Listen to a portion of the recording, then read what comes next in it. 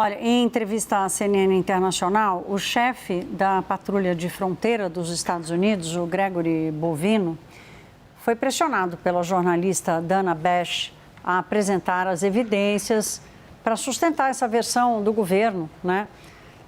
O Bovino insistiu, mesmo sendo confrontado, que o Alex Pretty teria atacado os agentes federais. Vamos ver.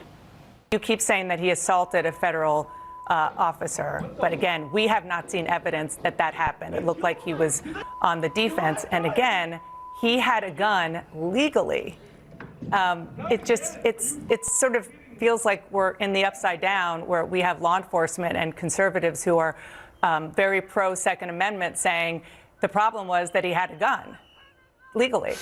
No, the problem is, as I said several times now, is he injected himself. He put himself where he did not need to be. He put himself in and put law enforcement officers in jeopardy through his actions. These were his actions, not law enforcement officers' action. We had to react to an individual that came there for a specific reason. And again, what that reason is, we're going to find more out about that in the coming days. I'll be interested to see what his reason for being there, while Border Patrol agents were arresting a violent criminal illegal alien doing their lawful, ethical, and moral duties in Minneapolis. That's the question. Eu já vou colocar na nossa conversa aqui a nossa editora de internacional, a Jéssica Petrovna, que vai nos falar quem é o Gregory Bovino. Sabe o que me impressiona, Jéssica, nessa versão do governo? É o Alex Pretty ter tomado 10 tiros.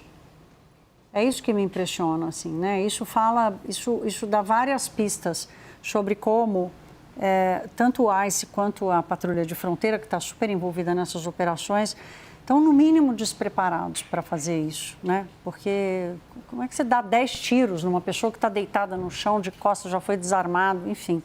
Jéssica, explica para a gente quem é Gregory Bovino, quem é essa figura que aparece como uma figura central e que parece que pode virar um bode expiatório aí do governo. Bem-vinda. Boa noite, Thaís. Boa noite para você que nos assiste. É isso mesmo, Thaís. O Gregory, ele tem aparecido com bastante frequência em Minneapolis, né? A cidade é palco de uma onda de protestos desde que Renee Good, uma mulher de 37 anos, cidadã americana, foi morta por agentes da imigração, e agora a gente tem um segundo caso. Mais uma vez, um cidadão americano morto por esses agentes da imigração em Minneapolis.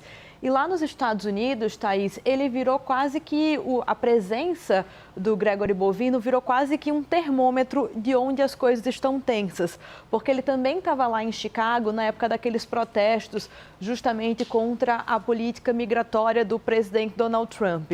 A gente preparou, Thaís, uma tela que mostra um pouco, né, que ilustra o perfil do Gregory Bovino. O Gregory Bovino, ele entra, Thaís, na patrulha de fronteira, já na Polícia de Fronteira dos Estados Unidos, em 1996. Então, são 30 anos de carreira. Ao longo dessa carreira, ele atuou em vários estados americanos e também em missões, ocupou postos no exterior. Em 2023, Thaís, ele chegou a ser afastado temporariamente. E houve ali uma pressão forte para que ele se aposentasse, para que ele deixasse a patrulha de fronteira. Os republicanos, Thaís, eles alegam que o Gregory Bovino ele foi afastado porque ele era crítico da política do então presidente Joe Biden. Os republicanos eles têm essa narrativa de que o Joe Biden teria deixado as fronteiras abertas, que o Joe Biden seria muito complacente com essa questão da imigração. Então, os republicanos vão dizer que por causa desse perfil combativo com a imigração e das críticas que ele fazia ao Biden, ele foi afastado.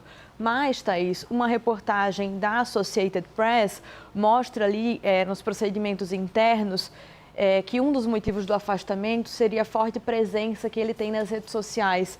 Ele costuma divulgar vídeos exaltando essas ações dos agentes da imigração, da patrulha de fronteiras, e alguns vídeos, Thaís, foram considerados inapropriados. Algumas publicações que ele fez nas redes sociais, incluindo uma foto em que ele posava exibindo um rifle automático.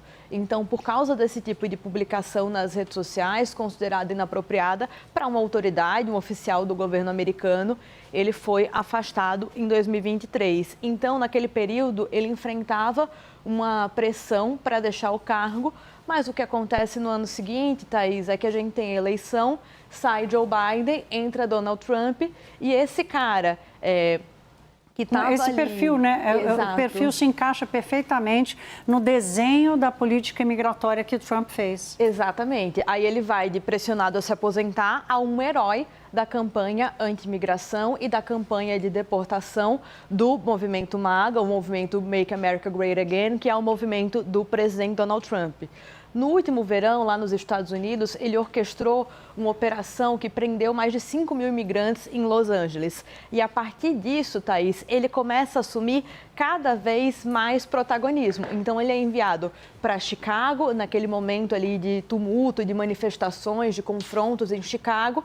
E agora ele está em Minneapolis. Ele vinha aparecendo bastante, não só nesses vídeos que ele faz para as redes sociais, mas também em entrevistas coletivas. E agora, mais uma vez, o Donald Trump está retirando ele de cena, principalmente depois dessa entrevista que ele deu para a CNN, Thaís. Foi uma entrevista que repercutiu bastante lá nos Estados Unidos e repercutiu negativamente para o Gregory Bovino, Thaís. Obrigada, Jéssica. Importantíssimo a gente entender esse contexto para ir acompanhando os fatos.